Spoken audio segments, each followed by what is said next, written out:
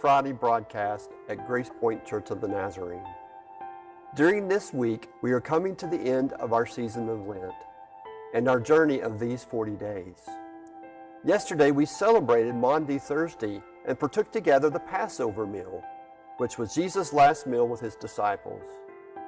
During this meal, he gave them this command: "A new commandment I give you, love one another, just as I have loved you." Love one another. Jesus then took his disciples out to the Garden of Gethsemane. There, he would be betrayed by Judas.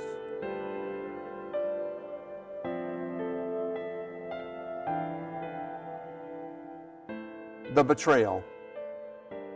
While Jesus was in Bethany, in the home of Simon the leper, a woman came to him with an alabaster jar of very expensive perfume, which she poured on his head as he was reclining at the table. When the disciples saw this, they were indignant. "Why this waste?" they asked. "This perfume could have been sold at a high price and the money given to the poor." Aware of this, Jesus said to them, "Why are you bothering this woman? She has done a beautiful thing to me. The poor you will always have with you, but you will not always have me. When she poured this perfume on my body, she did it to prepare me for burial. Truly I tell you, wherever this gospel is preached throughout the world, what she has done will also be told in memory of her." Then one of the 12, the one called Judas Iscariot, went to the chief priest and asked, "What are you willing to give me if I deliver him over to you?" So they counted out for him 30 pieces of silver. From then on, Judas watched for an opportunity to hand him over.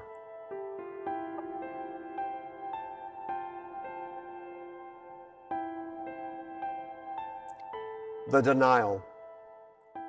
After Judas denied Jesus, they seized him and led him away, bringing him into the high priest's house. And Peter was following at a distance. And when they had kindled a fire in the middle of the courtyard and sat down together, Peter sat down among them. Then a servant girl, seeing him as he sat in the light and looking closely at him, said, "This man also was with him." But he denied it, saying, "Woman, I do not know him." And a little later, someone else saw him and said, "You also are one of them." But Peter said, "Man, I am not." And after an interval of about an hour, still another insisted, saying, "Certainly this man also was with him, for he too is Galilean." But Peter said, "Man, I do not know what you're talking about." And immediately, while he was still talking, the rooster crowed. And the Lord turned and looked at Peter. And Peter remembered the saying of the Lord when he had said to him, "Before the rooster crows today, you will deny me 3 times." And Peter went out and wept bitterly.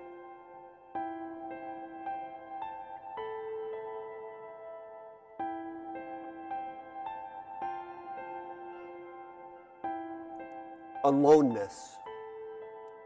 They went to a place called Gethsemane, and Jesus said to his disciples, "Sit here while I pray."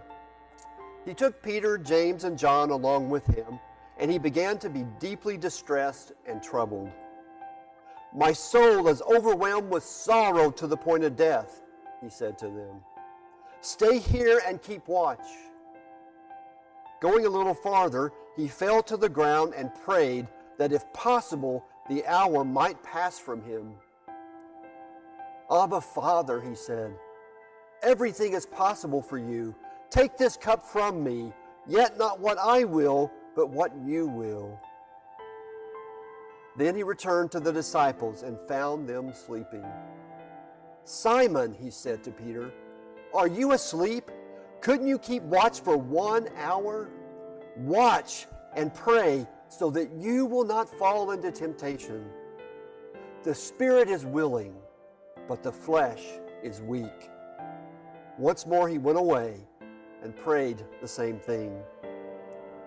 When he came back, he again found them sleeping, because their eyes were heavy. They did not know what to say to him. Returning the third time, he said to them, "Are you still sleeping and resting? Enough! The hour has come. Look, the Son of Man is delivered into the hands of sinners."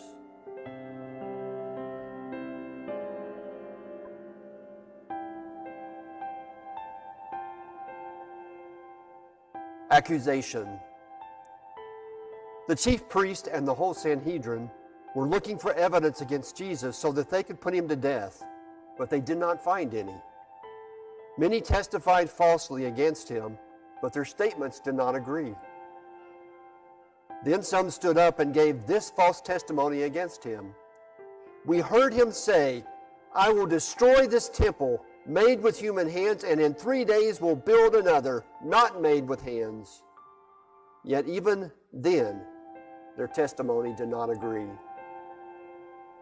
So very early in the morning, the chief priests, with the elders of the law, the teachers of the law, and the whole Sanhedrin made their plans. So they bound Jesus, led him away, and handed him over to Pilate. "Are you the king of the Jews?" asked Pilate. "You have said so," Jesus replied. The chief priest accused him of many things. So again Pilate asked him, "Aren't you going to answer? See how many things they are accusing you of?" But Jesus still made no reply, and Pilate was amazed. Now it was the custom of the festival to release a prisoner whom the people requested. A man called Barabbas was in prison with the insurrectionists who had committed murder in the uprising. The crowd came up and asked Pilate to do for them what he usually did. "Do you want me to release to you the king of the Jews?" asked Pilate, knowing it was out of self-interest that the chief priest had handed Jesus over to him. But the chief priest stirred up the crowd to have Pilate release Barabbas instead. "What shall I do then with the one you call the king of the Jews?" Pilate asked them. "Crucify him," they shouted. "Why? What crime has he committed?" asked Pilate. But they shouted all the louder, "Crucify him!" Wanting to satisfy the crowd, Pilate released Barabbas to them. He had Jesus flogged and handed him over to be crucified.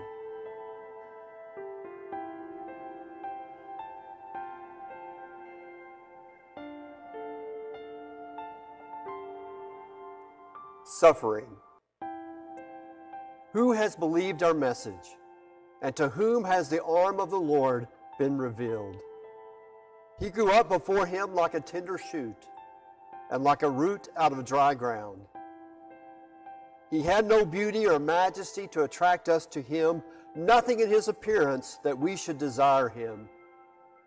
He was despised and rejected by mankind, a man of suffering and familiar with pain. Like one from whom people hide their faces, he was despised, and we held him in low esteem. Surely he took up our pain and bore our suffering. Yet we considered him punished by God, stricken by him, and afflicted. But he was pierced for our transgressions. He was crushed for our iniquities.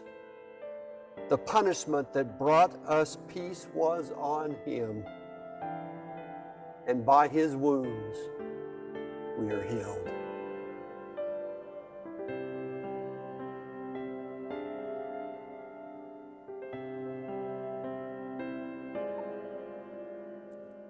Crucifixion.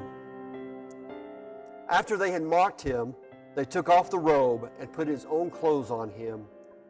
Then they led him away to crucify him. As they were going out, they met a man from Cyrene named Simon, and they forced him to carry the cross. They came to a place called Golgotha, which means the place of the skull. There they offered Jesus wine to drink, mixed with gall. But after tasting it, he refused to drink it. When they had crucified him, they divided up his clothes by casting lots, and sitting down, they kept watch over him there. Above his head, they placed the written charge against him. This is Jesus, the King of the Jews. 2 rebels were crucified with him, one on his right and one on his left. Those who passed by hurled insults at him, shaking their heads and saying, "You who are going to destroy the temple and build it in 3 days, save yourself. Come down from the cross if you are the Son of God." In the same way, the chief priests, the teachers of the law, and the elders mocked him. "He saved others," they said, "but he can't save himself. He's the King of Israel. Let him come down now from the cross, and we will believe in him. He trusts in God. Let God rescue him now if he wants him, for he said, 'I am the Son of God.'"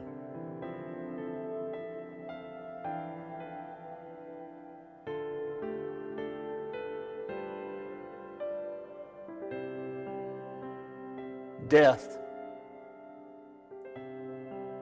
It was now about noon, and darkness came over the whole land until 3 in the afternoon, for the sun stopped shining. And the curtain of the temple was torn in two.